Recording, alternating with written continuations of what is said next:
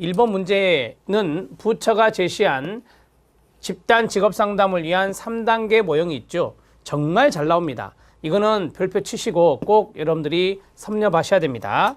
자, 3단계 모델을 쓰고 설명하시오라고 했습니다. 3단계 모델만 딸랑 쓰면 틀립니다. 그렇게 쓰면 안 되고 한 문장 정도는 여러분들이 기술을 하셔야 돼요. 그래야 6점을 받을 수 있습니다. 벌처가 말한 집단 직업 상담의 과정 3단계 모델, 먼저 타이틀 잡아야 되겠죠. 탐전행 이렇게 의뢰하겠는데 필기 때도 잘 나오죠. 탐색입니다. 그 다음에 전환이고요. 그 다음에 행동이 되겠습니다. 자, 탐색은 자기 개방과 흥미, 적성에 대한 탐색이 이루어지고요. 탐색 결과에 대한 피드백 이런 것 등이 이루어지는 것이 바로 탐색 단계라고 말할 수 있습니다. 자, 그 다음에 전환입니다. 진화라는 말을 잘 쓰지 않고 전환이란 말을 많이 쓰죠. 집단 구성원들은 자신의 지식을 직업 세계와 연결하고 가치관의 변화를 도모하며 가치 명료화를 위해서 다시 자신의 가치와 피드백 간의 불일치 이런 것들을 해결하게 됩니다. 자, 자신이 가지고 있는 지식이 있는데 그것을 직업 세계와 연결한다. 일종의 전환이라고 보시면 되겠습니다. 가치관의 변화를 도모한다. 네, 전환이라고 보시면 되겠습니다. 그 다음에 자신의 가치와 피드백 간의 불일치 이런 것들을 해결하는 것도 바로 전환이라고 보시면 되겠습니다. 자, 탐색 단계 다음에 전환 단계까지 말씀을 드렸고 행동 단계에 들어갑니다. 실천이 되겠죠. 자, 행동 단계는 목표 설정을 하고요. 목표 달성을 위해서 정보를 수집하며 공유해서 행동으로 옮기게 됩니다. 그래서 우리가 말 그대로 행동 단계다 이렇게 말을 해요. 행동 단계 때는 목표 설정과 목표 달성을 위해서 정보 수집과 공유 그리고 행동으로 실천한다. 옮긴다 이렇게 세 가지로 머릿속에 정리하고 서술해 나가시면 되겠습니다. 자, 그리고 1번에 팁으로 실력 따지기를 넣어드렸는데 우리 예전에 시험에서 실기 시험에서 탐색 단계가 별개로 나온 적이 있습니다. 전환 단계도 별개로 나온 적이 있습니다. 그러면 탐색 단계의 4가지 자기 개방, 흥미와 적성에 대한 측정, 측정 결과에 대한 피드백, 불일치 해결 이런 것들이 있습니다. 자, 자기 개방 구성원들끼리 알아가는 과정이고 그 다음에 흥미, 집단이니까요. 그 다음에 흥미, 적성에 대한 측정, 자신의 흥미나 적성 등을 측정해서 탐색 시간을 갖고요. 측정 결과에 대한 피드백, 구성원들은 측정 결과에 대해서 피드백합니다. 자, 그리고 불일치 해결, 구성원들은 자신의 자아상과 이러한 피드백, 이 자아상이라고 하는 것은 흥미와 적성을 이야기하겠죠. 그런 것의 불일치를 해결을 해야 될 것입니다. 자, 그 다음에 이제 전환입니다. 전환도 마찬가지 피드백에 있어 불일치 해결하는데 이거는 가치를 보는 겁니다. 자, 전환 단계에도 시험에 출제됐다 했습니다. 자신과 직업 세계에 연결하고 가치관의 변화, 그 다음에 가치와 피드백의 불일치를 해결한다. 집단 구성원 자신의 지식을 직업 세계와 연결하고 집단 구성원 자신의 가치관의 변화를 꾀하고 가치 명료화를 위해서 또다시 자신의 가치와 피드백 간의 불일치를 해결하는 것이 전환 단계가 되겠습니다. 이런 것들이 각자 출제가 됐기 때문에 이것을 넣어드렸습니다. 1번에 있는 탐색 단계 4가지와 같이 전환 단계에 있는 3가지를 꼭 아시기 바랍니다.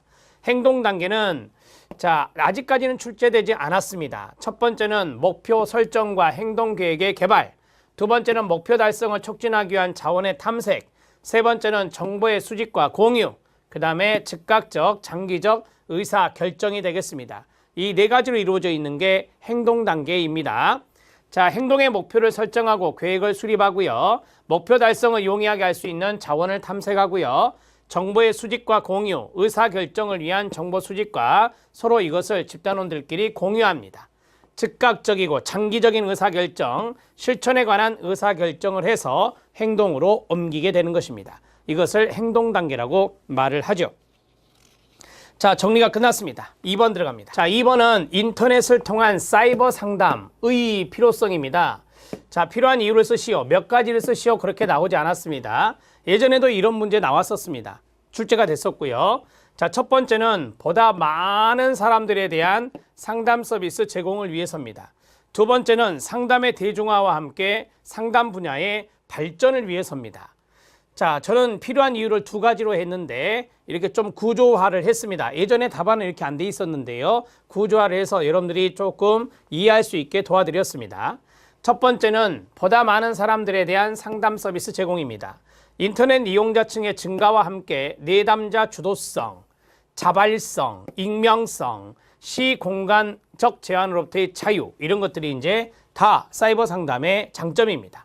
등 사이버 상담의 특성은 이용자들의 특성과 잘 부합되므로 이용자의 사이버 상담 이용은 앞으로도 점진적으로 늘어날 것입니다. 추후 사이버 상담은 많은 이용자들에게 적절한 도움을 줄 수 있을 것으로 전망되며 이러한 도움을 가능한 한 효율적으로 제공할 수 있도록 노력해야 될 것입니다. 저는 여기 있는 1번을 추천합니다. 1번 정도만 여러분들이 작성하시면 되겠습니다. 사이버 상담에 장점이 들어가 있으면 좋거든요.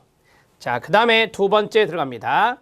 두 번째는 상담의 대중화와 함께, 자, 이거요, 상담 분야의 발전을 위해서입니다. 상담은 대다수 사람들의 생활상의 문제를 해결하기 위한 전문적 도움 및 발달상의 과업 달성을 돕는 성장과 발달, 예방 차원의 개념으로 인식이 전환되었습니다.